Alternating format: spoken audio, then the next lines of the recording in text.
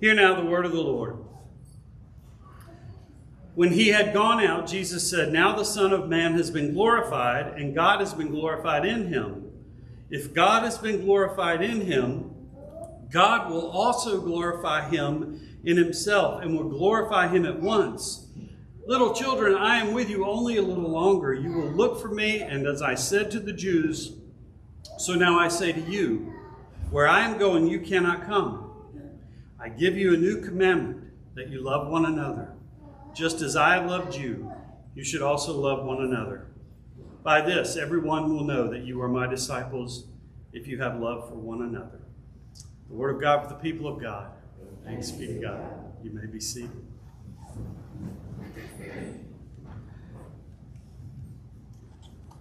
So one of the greatest speeches in sports history was a speech given by the great basketball coach Jim Valvano. Y'all remember.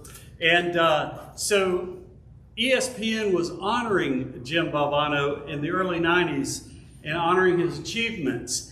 And he didn't have much longer to live at that point. He was dying, and he delivered a speech for the ages at that ceremony. His speech was titled, "Don't Give Up. Don't Ever Give Up." And it may ring a bell to you. And in closing, part of his speech, this is what he said. He says, "I know I've got to go. It's my time. But I got one last thing. And I've said it before, and I'm going to say it again. Cancer can take away all my physical abilities, but it cannot touch my mind. It cannot touch my heart. And it cannot touch my soul. And those three things will carry on forever." I will never forget that speech and listening to it as a young man and how inspiring it was to me.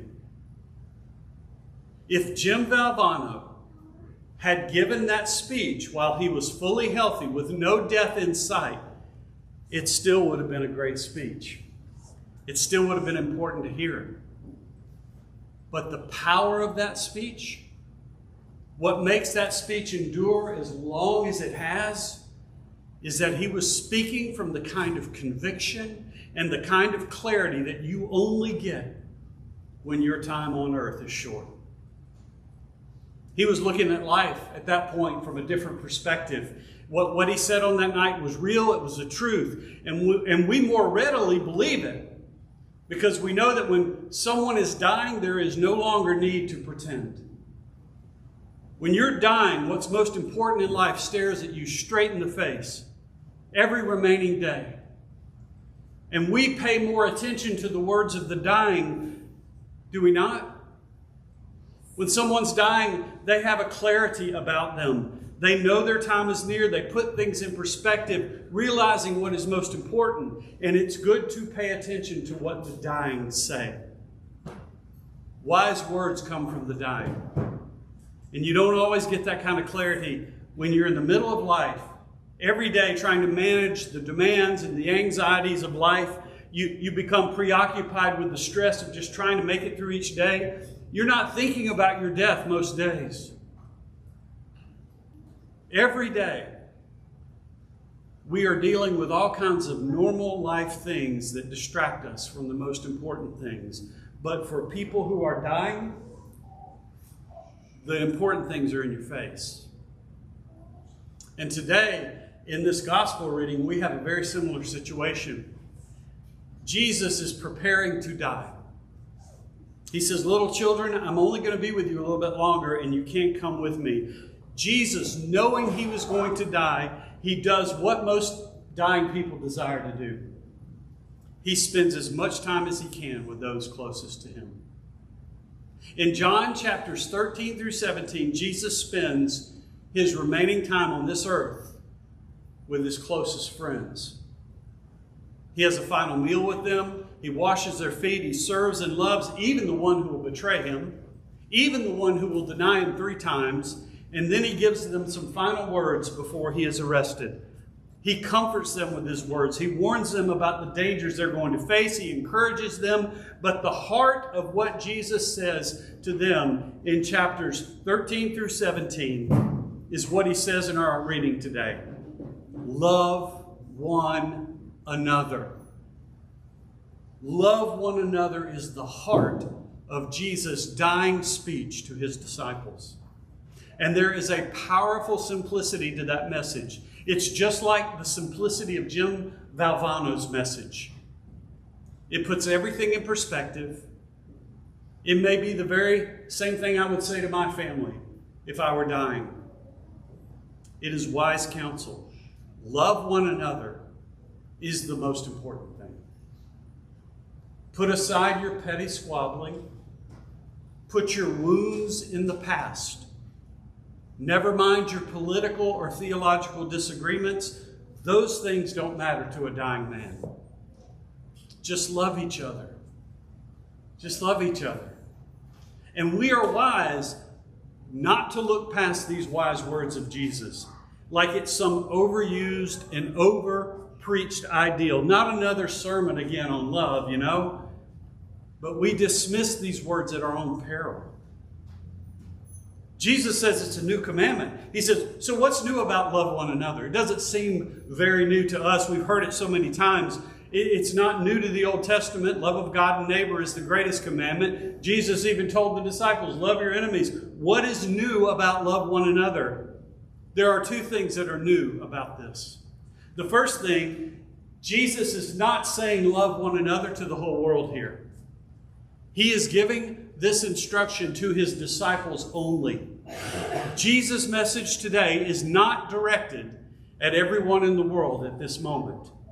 This is not the gospel of John, Paul, George, and Ringo, the all you need is love gospel. This is not what Jesus is doing here. This is for them. Jesus is telling Simon, Peter, Andrew, James, John, Philip, Bartholomew, Thomas, Matthew, James, Thaddeus, Simon the Zealot, and even Judas, he's telling just them, love each other. I'm going away from you guys, so love each other. That was the most important thing Jesus said to them before he died. Now, let's think about what Jesus did not say to his disciples before he died. Jesus did not say to them, make sure you have good theology. It's important to have good theology, but that was not Jesus' dying command. Jesus did not say to them, I want you to worship this way and not this way. The way we worship is important. It says a lot about who we are, but it was not Jesus' dying command. Jesus did not say, watch out for people who don't agree with us. It wasn't Jesus' concern. He said, love one another. And you know what's really sad about this whole thing? What's really sad is how badly we have botched this commandment for over 2,000 years. This new commandment, it is simple enough that a child can memorize it and concise enough to put on a bumper sticker, and yet extraordinarily difficult to pull off. It would have been easier had Jesus said, I want you to be nice to each other. Maybe it wouldn't have been easier for those guys. But for us, Methodists are really good at being nice. We're known to be nice people. Just ask Garrison Keeler. It would have been easier if Jesus said, just take a meal to a grieving person. Lift each other up in prayer. We do all of those things well here. But Jesus says, love one another, and then he adds the kicker to the end of that, as I have loved you. One of the great early Christian writers, a man named Tertullian, he was born about 60 years after the Gospel of John was written. And in one of his early writings, one of the most famous early writings in Christian history, he wrote that the pagans of his day were impressed with Christians, and the pagans would say, see how they love each other? I'm afraid that's not the main thing that non-Christians see in us these days, sadly. In fact, there was a study done a few years ago to gauge what young non-Christians thought of Christians. In fact, it came out in a book called Unchristian. And the study was conducted over a 3-year period. Avery, if you'll put that up. Most of the respondents described Christians as judgmental, hypocritical, old-fashioned, too political, out of touch with the reality, insensitive to others, and boring. I own boring. I'm okay with that one. When I first read this, I got my back arched a bit. I got a little defensive about it. But I shouldn't have reacted that way. I shouldn't, my first response should not have been to get defensive about this. Our first response to this should be, how can we love better? So that they can see Jesus in us and not this. And it's true. Sometimes people see what they want to see. Let's admit that. But nowhere on this list is see how they love one another. That's not there. The pagans in Tertullian's day were not only impressed with how Christians loved each other, they noticed that Christians would die for each other. So when Jesus says, love one another as I've loved you, he's asking the disciples not just to be nice to each other, but to die for each other. And that's the second thing that's new about this commandment. He's calling the disciples to die for each other, to empty themselves for each other, to wash each other's feet, and if called upon, to humble themselves enough to die for one another. A few years ago, as I was planning my return to the United Methodist Church, I wanted to read as much as I could about what's going on in the state of the church. I kind of knew, but I started watching the simulcast of General Conference on my computer. And what I noticed, and this was 2019, when I watched that General Conference, is I watched a lot of posturing. I watched a lot of politicking. I watched people accuse each other of not being Christian enough. The saddest thing was I didn't see a whole lot of dying in that room. And if I'm honest, I don't do a whole lot of dying either. Most of the time, I want to play it safe. Most of the time, I'm just trying to protect myself and my family. I have trouble trusting that other people will die for me. I have trouble trusting that you'll die for me. I don't die enough for you. This love one another as Jesus loved me thing is not only hard, it's a risk. It's a risk to love like that because it may not be returned. Jesus was wounded for loving like that.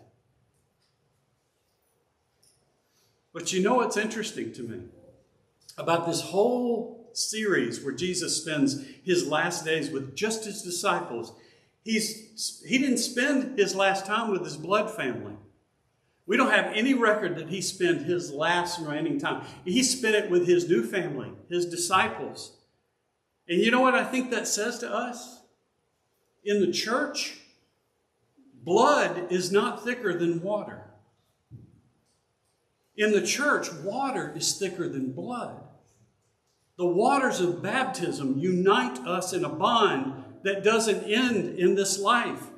The bond we have in baptism, that's eternal. The bond of blood that you have with your cousins, your nephews, your aunts, your uncles, that ends when this life is over. The bond of baptism does not. We have a new family here in this room whose bond of love should be deeper than what passes for love in this world. And you don't have to hang out with each other outside of this 11 o'clock time. You don't have to have feelings for each other. You don't even have to like each other all that much. But you gotta love each other like Jesus loved you. That's how the world's going to know that we belong to Jesus. When we live self-sacrificial lives for each other in the church, we are proclaiming Jesus to the world. That's a far more effective witness than standing on a street corner, and it's far more effective than anything I can say here. And who wouldn't want to be a part of a community? A part of a community where you know that the person on the other side of the church, who you barely know, is still committed to loving you sacrificially. Who wouldn't want to be part of that community? And so if we're going to change this narrative, it's got to start with loving each other like that. How can we love everyone here better? How can we love everyone who enters these doors better? How can we love everyone who lives outside of these doors better? And unfortunately, too often the church becomes more preoccupied with making sure that anyone who walks in these doors falls in line. Unfortunately, too many in the doors of the church are preoccupied with how someone votes. None of that matters to a dying man. And the hard truth is we're all dying. So may we all use our dying days to love better, to love each other as he loved us. May we become preoccupied with that and that alone, so that the world may not see this, but they may know what true love looks like. Because that is what will carry on forever. Let us take a moment of silence.